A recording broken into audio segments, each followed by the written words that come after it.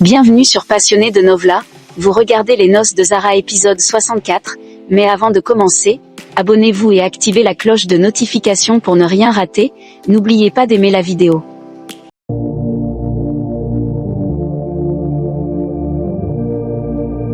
L'épisode s'ouvre dans la chambre de Kabir et Zara, où Zara, élégamment vêtue, souhaite une bonne fête à son mari.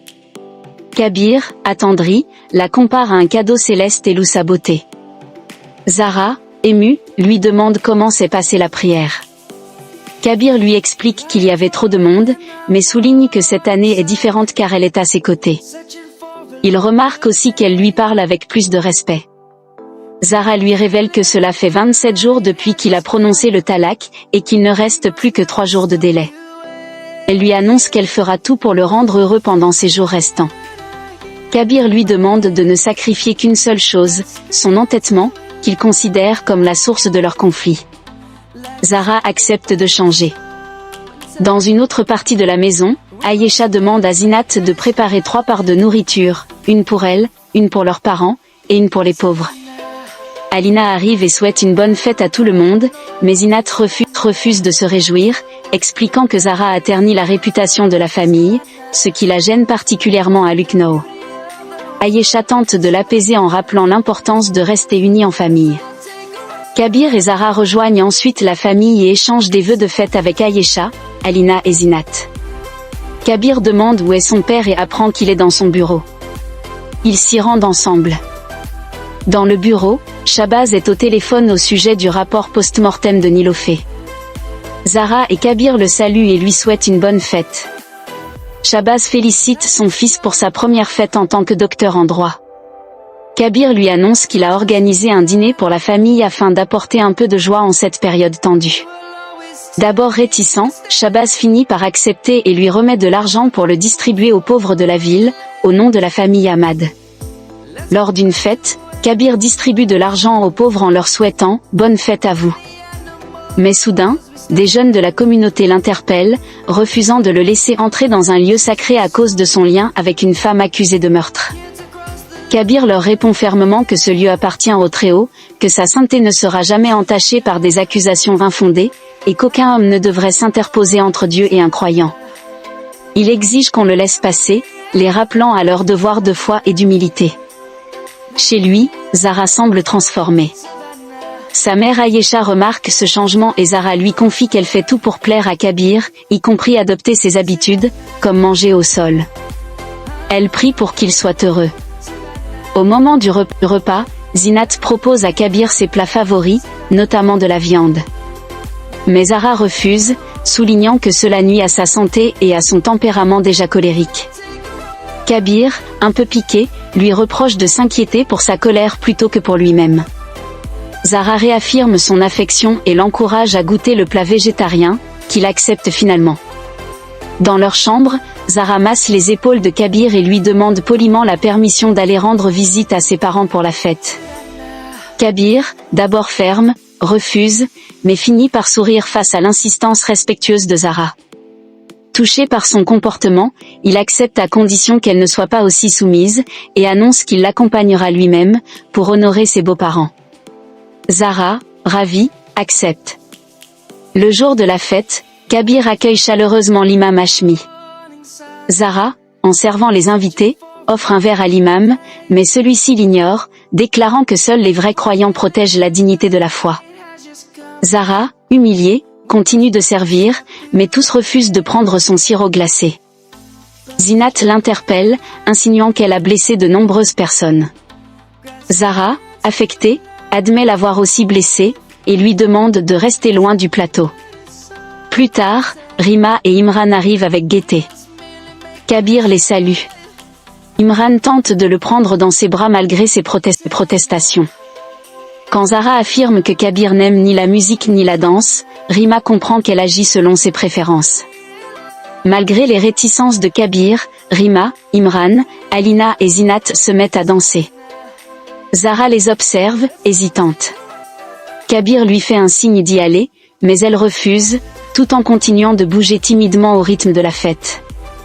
Lors d'une réunion tendue, un homme met en garde Shahbaz, lui conseillant de convaincre son fils Kabir de divorcer de Zahra pour préserver son honneur. L'imam Hashmi est sollicité pour trancher, mais il refuse, affirmant que la décision morale est déjà dictée par la religion, sauver une vie revient à sauver l'humanité, tandis que tuer un innocent équivaut à tuer toute l'humanité. Kabir, respectueux mais ferme, réagit en déclarant que prêter foi aux rumeurs sans preuve est un péché, même pour un homme pieux. Il rappelle que l'imam lui-même enseigne de s'exprimer sans peur. Zafar tente de le faire taire, mais Kabir insiste qu'il ne fait que suivre les leçons qu'il a apprises du même imam. L'imam, blessé par les propos tenus, quitte la maison malgré les tentatives de Shahbaz pour le retenir. De retour, Shahbaz réprimande Kabir pour avoir froissé les notables de la ville. Kabir lui demande pardon mais défend sa position, il refuse de rester silencieux face aux injustices, car cela irait à l'encontre des valeurs que son père lui a transmises. Il affirme son devoir de protéger Zahra en tant qu'époux. Shahbaz, silencieux, quitte le salon sans un mot malgré les appels de Kabir et Ayesha. Plus tard, Kabir apporte un thé à Zahra en lui disant qu'il l'a préparé lui-même. Zahra, encore bouleversée, lui confie qu'elle a été traitée injustement. Kabir tente de la rassurer, expliquant que les gens parlent sans réfléchir et qu'elle ne devrait pas accorder d'importance à leurs paroles. Zahra, profondément touchée, dit que chaque mot entendu continue de résonner. Kabir insiste, elle doit les ignorer, car il sait qu'ils ont tort. Il lui rappelle qu'elle lui avait promis d'écouter ses conseils et de ne plus être têtue. Le lendemain matin, dans la cuisine, Zinat remarque l'odeur appétissante du plat et espère que Zahra en mangera. Zahra répond qu'elle continue à manger uniquement des légumes, refusant les plats non végétariens. Zinat l'accuse de faire semblant, soulignant que manger de la viande ce jour-là est une coutume. Zahra lui explique calmement la différence entre coutume et devoir, affirmant qu'elle suit les enseignements du prophète en soutenant son mari dans ses choix alimentaires. Kabir, écoutant en cachette, est touché par la dévotion de Zahra et réalise à quel point elle s'efforce de devenir celle qu'il admire. De son côté, Zinat se promet de prouver que Zahra nuit à la réputation de Kabir et que ce mariage n'a pas été un choix libre. Seule, Zahra rumine les remarques de Zinat, qu'elle juge abusives, mais elle se retient par respect. Kabir entre et la surprend, elle tente de dissimuler sa colère.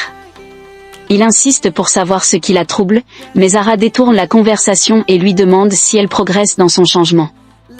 Kabir répond qu'elle a commencé, mais que c'est sa façon de penser qu'il espère voir évoluer. Peu après, une femme arrive, envoyée secrètement par Zinat.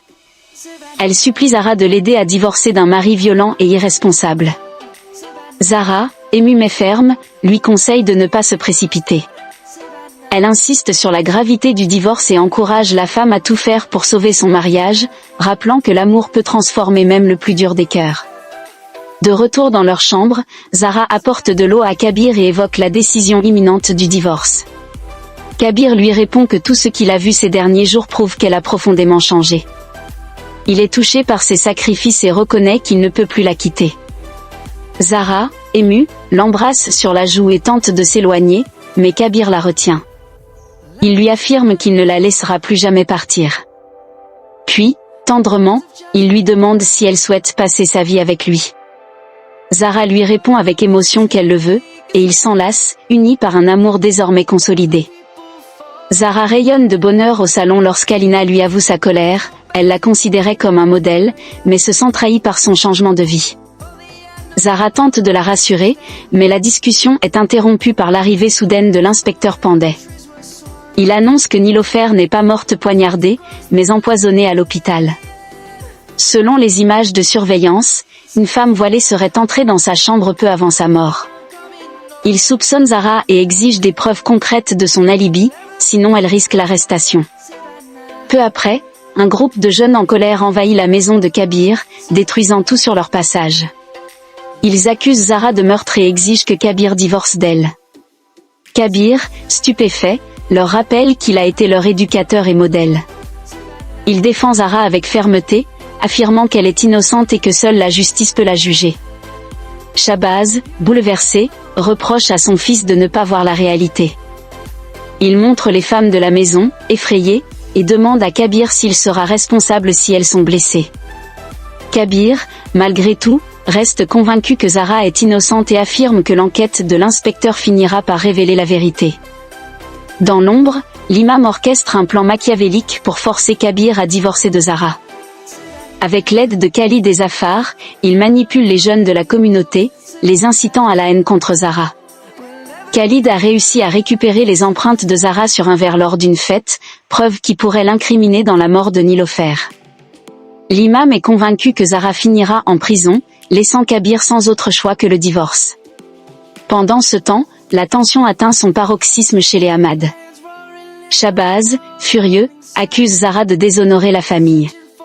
Kabir, déterminé à défendre son épouse, s'oppose à son père. Mais Shahbaz, humilié par les accusations publiques et les rumeurs, exige une décision immédiate, où Kabir choisit sa famille, où il reste avec Zara. Il menace même de quitter la maison avec toute la famille si Zara y demeure. Face à l'ultimatum, Kabir est confronté à un choix déchirant entre son amour pour Zara et son devoir envers sa famille. C'est la fin de l'épisode, merci d'avoir regardé, n'oubliez pas de vous abonner.